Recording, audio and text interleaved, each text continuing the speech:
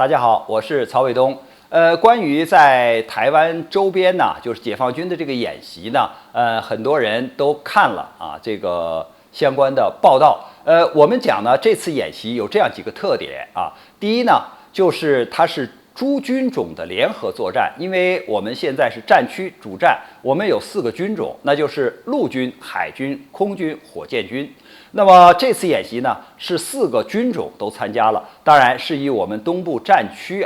来这个为主。那么这样的演习，它要显示什么呢？就是未来的这个军事行动，或者是说这个打击台独分裂势力，它是一个诸军种的联合作战。所以我们既看到了陆军的部队我们也看到了海军的舰艇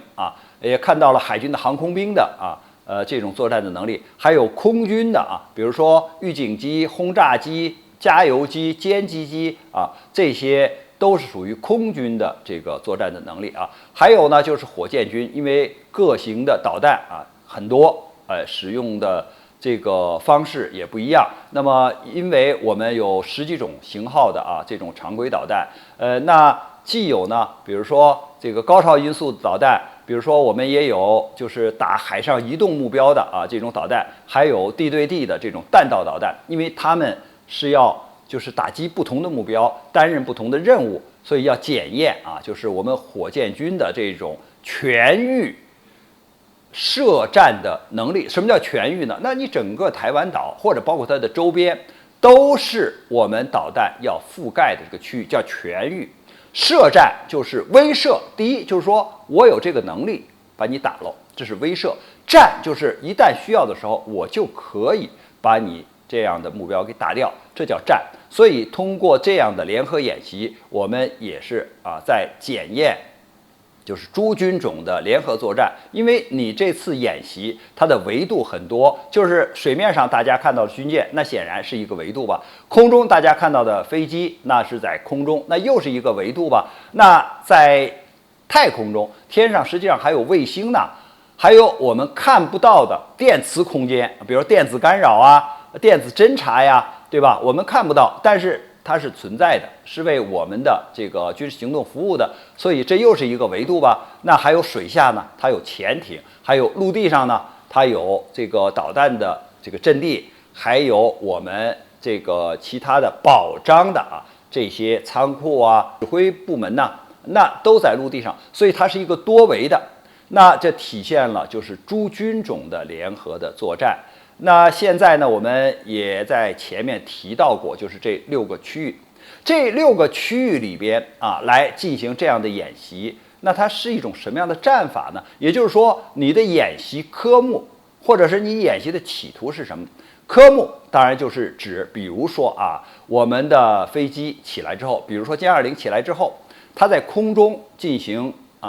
侦察，然后突然发现敌机，那么它就要进行空中格斗，因为它是隐身的呀，所以可以达到就是先敌发现、先敌攻击，这叫争夺制空权就科目是争夺制空权。那么我们还看到空中的轰炸机，那么轰炸机呢，主要是打击海上的目标，打击陆地上的目标。那这个呢，叫做对陆攻击或者叫对海攻击，这是它的具体的科目。那我们再看火箭军比如说它发射的地对地的这种弹道导弹，它可能从陆地发射以后，打击的是对方的指挥所、对方的弹药库、对方的这个雷达阵地或者是导弹的阵地这是地对地它基本上惯性指导就可以了，所以它叫火力覆盖。那么作为2栖作战部队，比如说你看到的2栖攻击舰从这个雾舱打开以后，马上就有气垫船，还有2栖坦克就放出来了。从海上方向，我们叫航渡当然从这个飞行甲板上，我们看到了直升机起降它既可以搭载装备，也可以搭载人员进行这种机降所以这个呢叫2栖登陆这个科目叫2栖登陆。那这个意图是什么呢？我认为呢，从作战呢，就是它的这种专用术语呢，叫岛屿封锁作战。这个呢，我们可以用英阿马岛之战来打个比方。比如说，当这个英国它不远万里到了这个他说的福克兰群岛，就是阿根廷所说的马尔维纳斯群岛的时候，他首先用舰艇画了一个圈儿，就是在沿着这个岛200海里的范围内，其他的舰船不要通过。这么大一个区域里边，你不要通过在这块儿，因为这是危险区，可能要作战的。那画出来圈之后呢，那你其他的舰船就不能进入这个岛，你不能进入这个岛，这个岛上的这些就阿根廷的官兵，他得不到补充啊，就是我弹药没有了怎么办？我的粮食没有了怎么办？那得靠补充啊。可是现在船进不来呀，飞机也飞不过来，那怎么办呢？就成了一个孤岛。这个就是英国的，就是岛屿封锁战。我先把你封起来，封起来之后呢，我再进行轰炸，轰炸完了之后我再登岛登陆。而现在我们看到的解放军这种演习呢，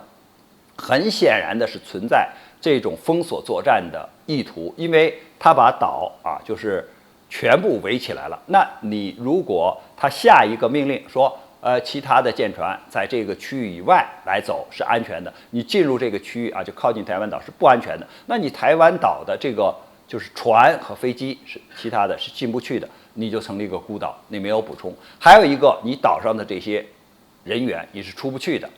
这就形成了一个封锁。那么真正的你说登岛登陆，可能呢也有相关的演习，因为我们知道蔡英文给这个台湾的军队他定的这个作战的指导思想是有效吓阻决胜滩头，后来又改为有效吓阻海上毁伤。那意图是什么呢？就是吓住解放军，因为我有美国的武器装备。再有一个就是最好能够在滩头不让解放军登陆，或者呢更好的这个作战效果是在就是台湾海峡的所谓中线的时候，就把解放军的这些舰船全部给毁掉于海上。那我们看，首先解放军搞这样大规模的军事演习，把台湾给围起来，就说明台当局没有吓住解放军，没有有效的吓阻。这第一招首先是失败了。那么第二招就是到底能不能决胜滩头？看样子是能决胜滩头的，因为这些导弹已经把台湾的整个岛屿都给覆盖了。那重要目标一定是先给打掉的那它一定就能够执行登陆。那么你能不能够决胜滩头？你能够不能够胜？